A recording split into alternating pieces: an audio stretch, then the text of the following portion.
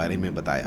अब हम बताएंगे कि कैसे हिंदू धर्म की विविधता में अलग अलग परंपराएं, संस्कृतियां, रिवाज और कर्मकांड शामिल हैं। इन्हीं के चलते कई लोग भ्रमित रहते हैं और कुछ लोग अपने अधूरे ज्ञान के आधार पर दूसरों को भी भ्रमित कर देते हैं। अधूरा ज्ञान काफी खतरनाक होता है और अगर कोई ऐसा व्यक्ति आपको ज्ञान दे रहा है जिसके खुद के पास भी अधूरा ज्ञान है तो आपको सचेत रहना चाहिए और ऐसे अधूरे ज्ञान से बचना चाहिए। अब आप सोच रहे होंगे कि आपको कैसे पता चलेगा कि सामने वाला जो ज्ञान दे रहा है वो अधूरा है या पूरा। तो इसके लिए आप सभी को हिंदू धर्म को सही ढंग से समझना बहुत जरूरी है, लेकिन ये ज्ञान स्पष्ट और सही होना चाहिए, न कि ऐसा जो विरोधाभास पैदा करे या आप लोगों को धर्म के मार्ग से ही भटका दे। आपने कई बार देखा होगा कि अधिकतर हिंदू धर्म के अनुयायियों में विचारों में भिन्नता पाई जाती है और इसका मुख्य कारण धर्म का सही ज्ञान न होना है। अगर किसी को धर्म का पूरा ज्ञान ना हो तो कम से कम उन्हें वे काम नहीं करने चाहिए जो धर्म के खिलाफ है या जो धर्म से भटकाने वाले हैं।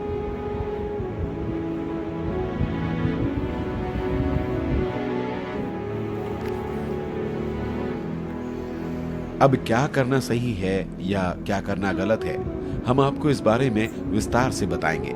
सबसे पहले हम बात करते हैं प्रणाम करने को लेकर कुछ नियमों की। आपने देखा ही होगा कि जब भी दो लोगों का आमना सामना होता है तो कोई राम राम कहता है, तो कोई श्याम श्याम, तो कोई जय शिव, तो कोई जय हनुमान भी कहता है। आजकल तो लोग राधे राधे और जय साईं राम भी कहने लगे हैं, लेकिन नमस्कार का सही तरीका और नमस्कार का अर्थ क्या होता है ये बहुत ही कम लोग जानते हैं।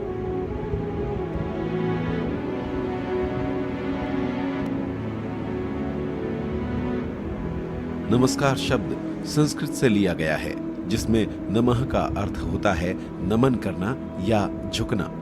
नमस्कार का मतलब पैर छूना नहीं होता। यह शब्द हिंदी, गुजराती, मराठी, तमिल, बंगाली जैसी भाषाओं का मूल हिस्सा नहीं है, बल्कि यह संस्कृत का शब्द है और संस्कृत को सभी भाषाओं की जननी माना जाता है। इसीलिए नमस्कार शब्द संस्कृत से बना है और ये हर व्यक्ति के लिए पूरी तरह से उत्तम माना गया है। आपने कई बार ये बात महसूस भी की होगी कि हिंदू धर्म और भारतीय संस्कृति में जब भी हम मंदिर में दर्शन करने जाते हैं या किसी सम्मानीय व्यक्ति से मिलते हैं तो हमारे हाथ स्वाभाविक रूप से नमस्कार की मुद्रा में जुड़ जाते हैं। नमस्कार करते समय क्या करना चाहिए और क्या नहीं करना चाहिए, इसके लिए भी शास्त्रों में नियम बताए गए हैं, क्योंकि नियमों से ही समाज सही तरीके से चलता है।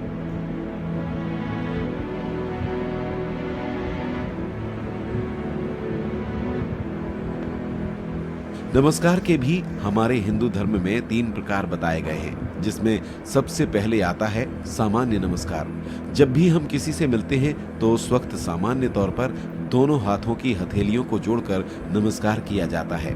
हमारी रोजमर्रा की जिंदगी में प्रतिदिन हमसे कोई ना कोई मिलता ही है जो हमें नमस्कार करता है या हम उसे नमस्कार करते हैं। इसे ही हम सामान्य नमस्कार कहते हैं। जैसे अगर हमारे पड़ोस में भी कोई अंकल आंटी रहते हैं और अगर हमें हर रोज वो दिखाई देते हैं तो हम हर दिन सामान्य रूप से उन्हें नमस्कार करते रहेंगे। ये अक्सर किसी के साथ होता है। सामान्य नमस्कार करने के हमारे हिंदू धर्म में कुछ नियम भी दिए गए हैं। जैसा कि हमने आपको पहले भी बताया कि कभी भी एक हाथ से नमस्कार नहीं करना चाहिए और ना ही गर्दन हिलाकर नमस्कार करना चाहिए। आजकल के बच्चे दूर से ही बस हल्की सी गर्दन हिलाकर नमस्ते बोल देते हैं, जो हिंदू धर्म के नियमों के विरुद्ध कहलाता है। इसीलिए हमें हमेशा ही अपने दोनों हाथों को जोड़कर नमस्कार करनी चाहिए। इससे सामने वाले के मन में आपके प्रति अच्छी भावना का विकास होगा और आप में भी उसके प्रति ऐसी भावना आएगी। इसे मात्र औपचारिक अभिवादन न समझें। नमस्कार करने के दूसरे नियम के अनुसार हमें नमस्कार करते समय मात्र 2 सेकंड के लिए नेत्रों को बंद कर देना चाहिए। इससे आंखें और मन रिफ्रेश हो जाएंगे। इसके अलावा नमस्कार करते समय हाथों में कोई वस्तु नहीं होनी चाहिए। अगर मान लो आपके हाथ में पहले से ही कोई वस्तु है और आपको नमस्कार भी करना है तो पहले उस वस्तु को एक तरफ रख दीजिए, फिर नमस्कार कीजिए। इससे सामने वाले पर आपका एक अच्छा प्रभाव पड़ेगा और वह आपके बारे में हमेशा सकारात्मक विचार रखेगा। इतना ही नहीं, आप ऐसे नमस्कार करने से संस्कारी भी कहलाओगे। उसके बाद आता है पद नमस्कार। इस नमस्कार के अंतर्गत हम अपने परिवार के बुजुर्गों, माता पिता और घर के अन्य सदस्यों के पैर छूकर नमस्कार करते हैं, जिनमें परिवार का कोई भी सदस्य हो सकता है, जैसे चाचा चाची, ताऊ ताई या फिर बड़ी भाभी इत्यादि। इसके अलावा इस प्रकार के नमस्कार में हम अपने गुरु या फिर कोई ऐसा व्यक्ति जिसे काफी ज्यादा आध्यात्मिक ज्ञान हो उन्हें करते हैं। लेकिन पद नमस्कार में एक बात का खास ख्याल भी रखना चाहिए कि हमें कभी भी ऐसे किसी व्यक्ति के पैर नहीं छूना चाहिए जिसे हम अच्छी तरह से जानते नहीं हों। इसके अलावा जो व्यक्ति आध्यात्मिक तौर पर संपन्न नहीं है, उनके भी पैर नहीं छूने चाहिए। आजकल बहुत से लोग चापलूसी या पद लालसा के चलते हुए भी राजनीतिज्ञों के या बड़े बड़े अफसरों के पैर छूते रहते हैं, जो कि गलत है। हमें अपने धर्म की गरिमा को बनाए रखना चाहिए। उसके बाद आता है साष्टांग नमस्कार या प्रणाम। यह नमस्कार सिर्फ मंदिर में ही किया जाता है। साष्टांग प्रणाम में सिर, हाथ, पैर, हृदय, आंख, घुटने, वचन और मन, इन आठों से युक्त होकर जीवन जमीन पर लेटा जाता है। इसीलिए ही इसे साष्टांग नमस्कार कहा जाता है। इसमें सभी अंग या शरीर के अंग जमीन को छूते हैं। यह वो स्थिति है जिसमें आप पेट के बल लेट जाते हैं और आपके 8 अंग जमीन को छूते हैं। लेकिन क्या आप जानते हैं कि साष्टांग नमस्कार करने से आपके शरीर को कई लाभ भी हो सकते हैं, जो हम आपको बताएंगे।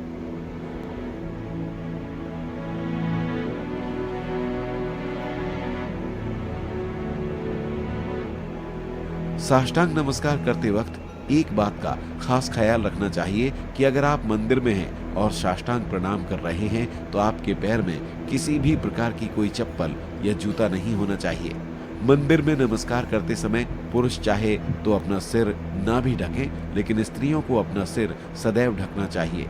लेकिन अगर आप हनुमान मंदिर और कालिका के मंदिर में हैं तो आपको इस बात का ख्याल रखना होगा कि आप दोनों का ही सिर ढका हो।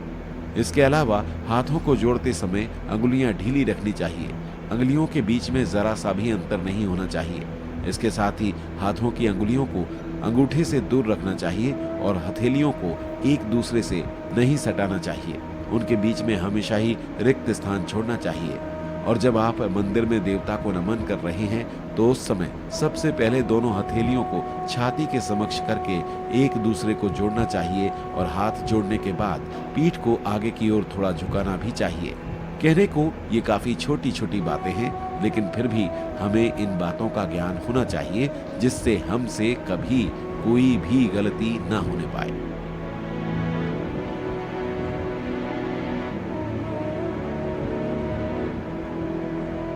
आप सभी के मन में ये सवाल जरूर आ रहा होगा कि इतने नियमों के साथ बंधकर नमस्कार करने की क्या जरूरत है। आइए हम आपको नमस्कार के लाभ बताते हैं। अगर हम अच्छे तरीके से नमस्कार करते हैं तो वो नमस्कार मन को साफ और शुद्ध बनाता है। इससे हमारी सकारात्मक सोच बढ़ती है।